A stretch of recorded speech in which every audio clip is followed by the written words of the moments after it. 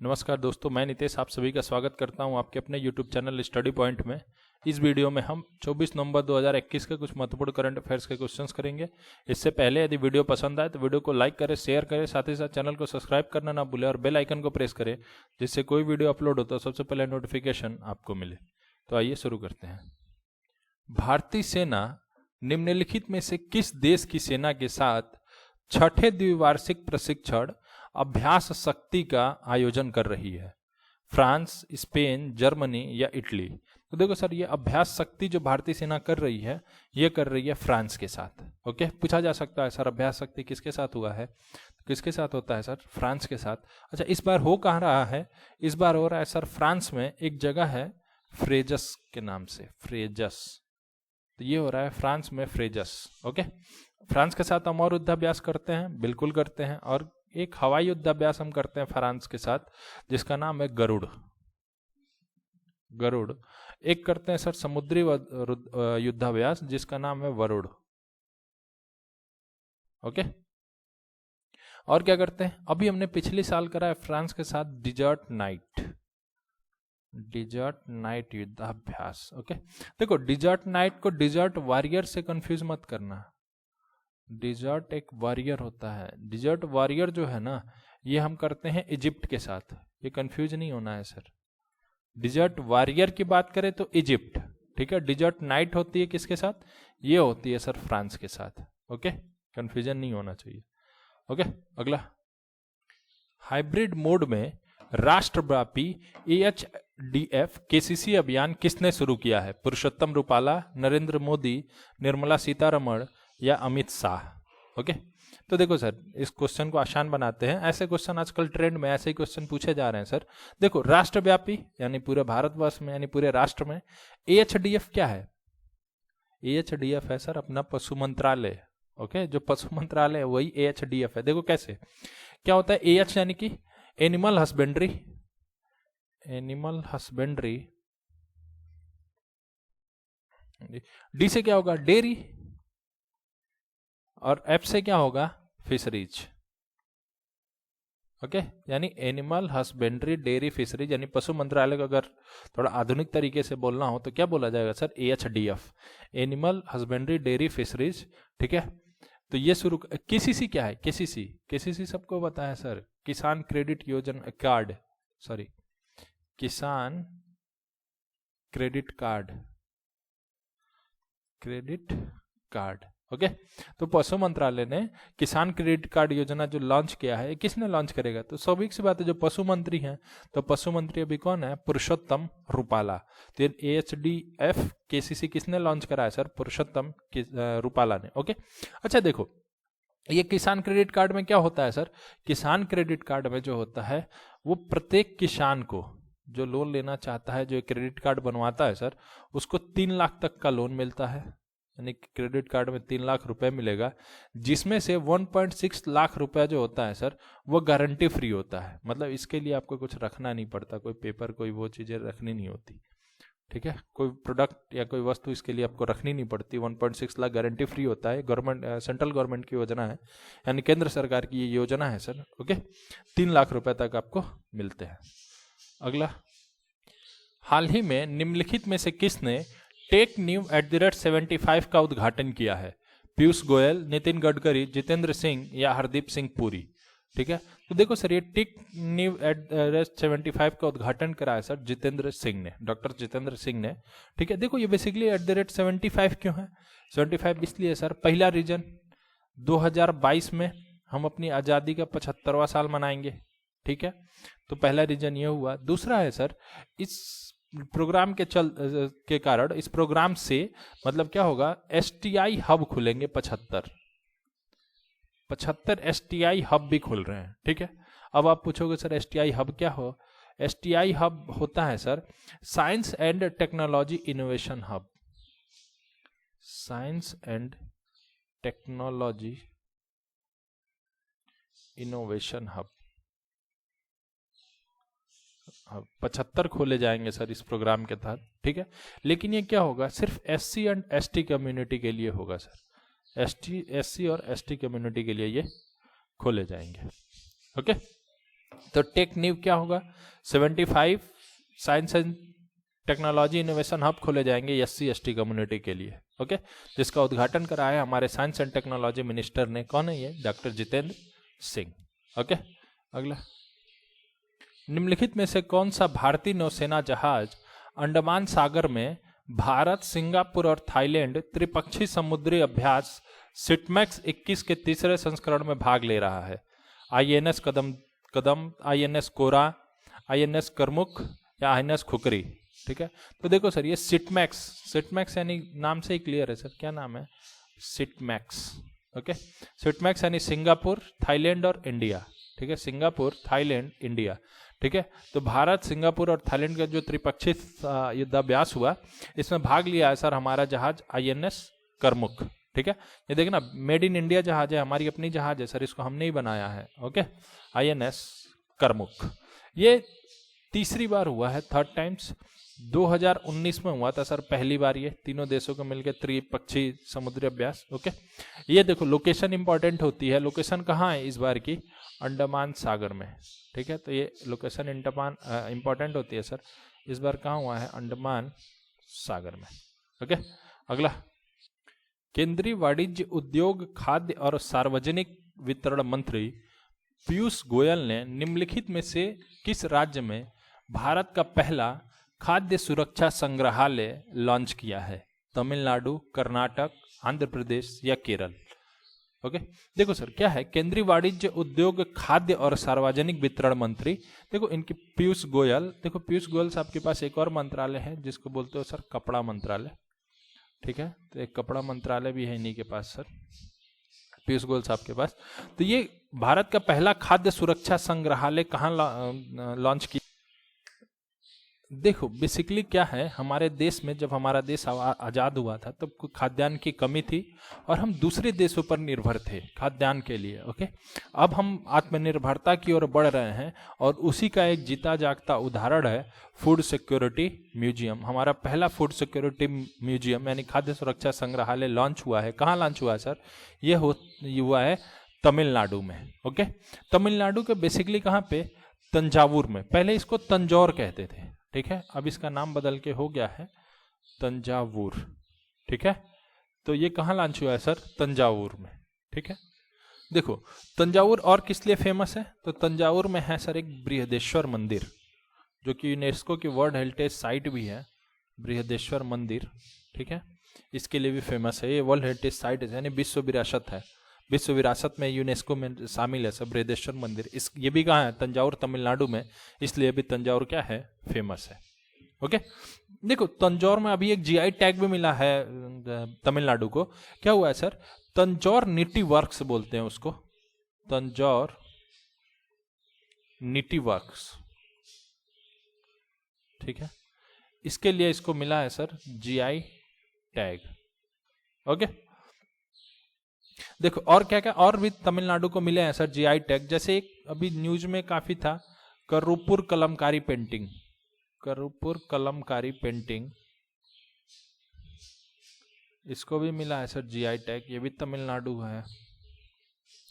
ठीक है, और देखो यहाँ दो जगह है, एक है अरम बऊर और दूसरा नाम है सर कल्लाकुरुची, कल्लाकुरुची।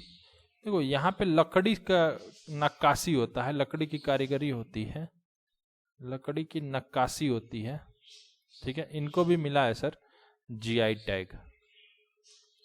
ओके, और अभी न्यूज में था कन्याकुमारी लौंग, जिसको क्लोव भी बोलते हो, तो जो कन्याकुमारी की लौंग है उसे भी मिला है सर GI टैग।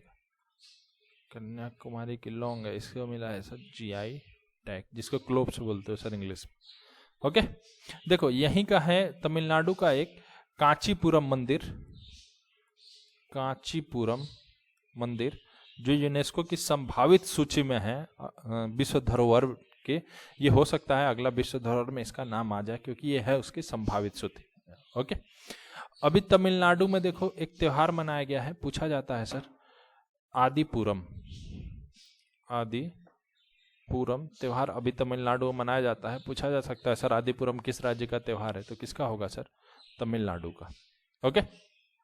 अभी तमिलनाडु को एडीबी से यानी एशियन डेवलपमेंट बैंक से $150 मिलियन का लोन भी मिला है सर। किस लिए मिला है ये? अर्बन जो पुअर हैं यानी कि जो शहरी गरीब हैं उनके आवासीय परियोजना के लिए, ठीक है, अर्बन पुअर के आवासीय परियोजना के लिए $150 मिलियन का मिला है लोन। ओके, देखो तमिलनाडु की एक फुल फिल्म है कुझंगल, ठीक है, बहुत बार हमने डिस्कस किया सर इसको, कुझंगल, जिसको अभी भारत की तरफ से ऑफिशियल एंट्री यानी आधिकारिक तौर पर एंट्री दी गई है 94 एकेडमी अवार्ड में, जिसको हम ऑस्कर भी बोलते हैं, 94th अकेडमी अवार्ड में, ओके, जिसको हम ऑस्कर भी बोलते हैं, ठीक है। ये भारत की तरफ से ऑफिशियल एंट्री है। कुझंगल का मतलब होता है पेबल्स यानी पत्थर, पेबल्स, ओके। तो तमिलनाडु के बारे में सर इतनी बातें ध्यान रखो। अगला, आरबीआई ने चुनिंदा गैर बैंकिंग वित्तीय कंपनियों के लिए लोकपाल तंत्र की शुरुआत की है। कितनी शाखाओं वाली जमा स्वीकार करने वाली एनबीएफसी को एक आंतरिक लोकपाल नियुक्त करना चाहिए? 15, 12, 10 या 8? देखो बात समझो, गैर बैंकिंग वित्तीय कंपनियों के लिए लोकपाल तंत्र क्या होता है सर? लोकपाल तंत्र वो है जैसे जो आपको कानूनी सलाह देगा आपके फाइनेंस पे, अगर कुछ रॉन्ग पेमेंट होती है, इन सब चीज़ों के लिए आपको कानूनी सलाह देगा, आप क्या कर सकते हैं वो सारी चीज़ें बताएगा। तो देखो इसके लिए क्या है, जो जमा स्वीकार करने वाली एनबीएफसी है तो उसके कितनी शाखाएं होनी चाहिए कि उसको लोकपाल देना पड़ेगा, यानी कि लोकपाल उसको अपॉइंट करना ही पड़ेगा, ठीक है। तो देखो इसमें दो कैटेगरी है। देखो एनबीएफसी क्या है, दो तरीके से काम करती हैं। एक होती हैं जो डिपॉजिट लेती हैं, जो डिपॉजिट लेंगी, एक होती हैं जो डिपॉजिट नहीं लेती सर, ठीक है। एक डिपॉजिट नहीं लेती, एक डिपॉजिट लेती हैं, ठीक है।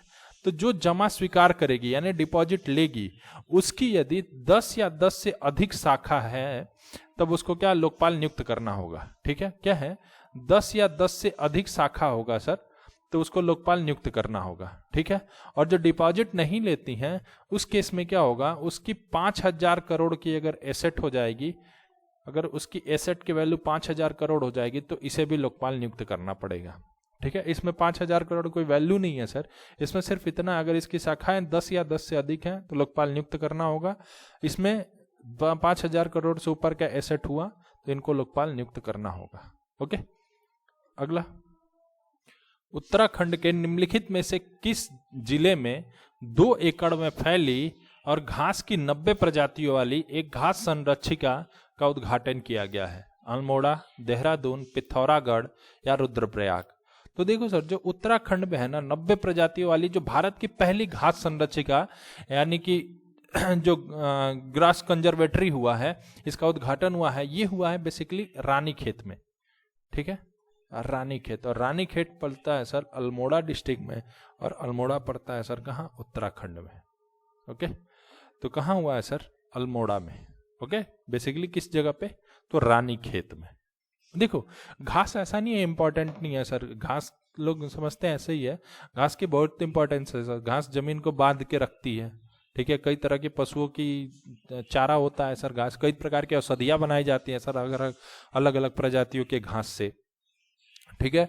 ऑर्नामेंटल वैल्यू भी है सर, साज सजावट भी करा जाता है घास से, ओके। तो इसका उद्घाटन हुआ है सर, पहली भारत की पहली घास संरक्षिका का ये हुआ है रानीखेत, अल्मोड़ा डिस्ट्रिक्ट, उत्तराखंड में, ओके। उत्तराखंड के बारे में आपको वाइल्ड लाइफ सेंचुरी भी जानना चाहिए उत्तराखंड की, उत्तराखंड में और यूनेस्को वर्ल्ड हेरिटेज साइट कौन कौन से ये भी जानना चाहिए। तो देखिए कौन कौन से हैं यूनेस्को वर्ल्ड हेरिटेज साइट। एक है सर नंदा देवी, ठीक है, और दूसरा है world heritage site valley of flowers, valley of फूलों की घाटी, ओके। ये दो हैं सर यूनेस्को की वर्ल्ड हेरिटेज साइट, ठीक है। अच्छा, वाइल्ड लाइफ सेंचुरीज कौन कौन सी हैं? एक है सर गोविंद पशु विहार, गोविंद बल्लभ जी के नाम पे रखा गया है सर इसका, पशु विहार वाइल्ड लाइफ सेंचुरीज, ठीक है। और कौन सा है? ऑस्कॉट है सर, ऑस्कॉट वाइल्ड लाइफ सेंचुरी। और कौन सा है? एक है sir Binsar, Binsar wild life sanctuary किस लिए फेमस है सर? यहाँ पे कस्तूरी मृग जो होता है, जो स्टेट एनिमल भी है उत्तराखंड का, वो यहीं मिलता है sir Binsar wild life sanctuary में, ठीक है। एक है केदारनाथ वाइल्ड लाइफ सेंचुरी, जहाँ केदारनाथ मंदिर पता ही है आप लोगों को, ठीक है, Kedarnath wild life sanctuary. Kedarnath में ध्यान रखना, अभी आदि शंकराचार्य की प्रतिमा का अनावरण भी हुआ है, वो कहाँ हुआ है सर? केदारनाथ में ही। ठीक है, तो केदारनाथ वाइल्ड लाइफ सेंचुरी है। एक सोन नदी वाइल्ड लाइफ सेंचुरी है, सोन नदी वाइल्ड लाइफ सेंचुरी।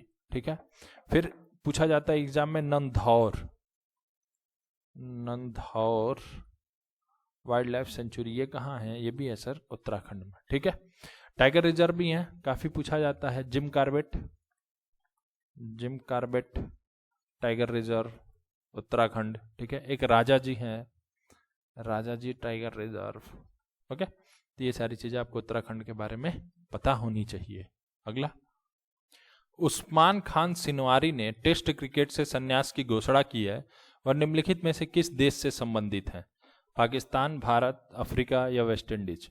देखो सर, ये जो उस्मान खान सिनवारी है ये है पाकिस्तान से संबंधित। ठीक है, पाकिस्तान के बहुत बड़े खिलाड़ी तो नहीं कह सकते सर ना, टोटल 17 वनडे और एक टेस्ट मैच खेला है। ठीक है, अभी ना क्वेश्चन आ जाए तो देख लेना। तो ये कौन है? उस्मान खान सिनवारी।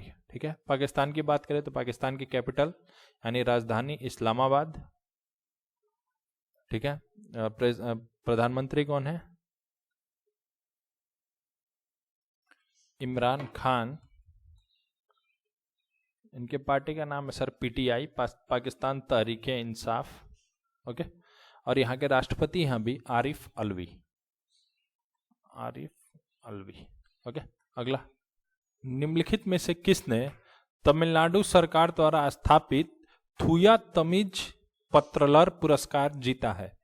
पी सुब्रमण्यम, के रामचंद्रन, एम महादेवन या वी वर्थराजन? देखो सर, ये थुया तमिज पत्रलर पुरस्कार जो है ये तमिलनाडु सरकार उसे देती है जो अपने दैनिक जीवन में शुद्ध तमिल बोलता है। मतलब इससे ये माना जाता है कि वो तमिल का प्रचार प्रसार कर रहा है, जो शुद्ध तमिल बोल रहा है अपने दैनिक जीवन में, तो उसको ये थुया तमिज पत्रलर पुरस्कार दिया जाता है। ठीक है, ये किसको मिला है इस बार? ये मिला है सर वी वर्थराजन को। ये बहुत इंपॉर्टेंट क्वेश्चन नहीं है, ये इंपॉर्टेंट हो सकता है सर। थुया तमिज पत्रलर कौन सी गवर्नमेंट देती है, कहाँ की राज्य सरकार देती है? तो कहाँ देती है सर? तमिलनाडु की। ठीक है, किसको मिला है ये बहुत ज्यादा इंपॉर्टेंट नहीं होगा, ये उसके लिए इंपॉर्टेंट हो सकता है सर जो तमिलनाडु की परीक्षा वगैरह देता है, तो बाकी बहुत ज्यादा इंपॉर्टेंट नहीं है। ठीक है, तमिलनाडु की सरकार ने सर एक और पुरस्कार शुरू करा है जिसका नाम है सर थगेजल थामिजार। ठीक है, थगेजल थामिजार झार। ठीक है, थगेजल थामिजार ये उसको मिलता है जो तमिलनाडु का विकास करता है। ठीक है, जो तमिलनाडु में जो विकास के कार्य होते हैं वो कर रहा है कोई एनजीओ बना के या वो करके, तो उसको मिलता है थगेजल थामिगार।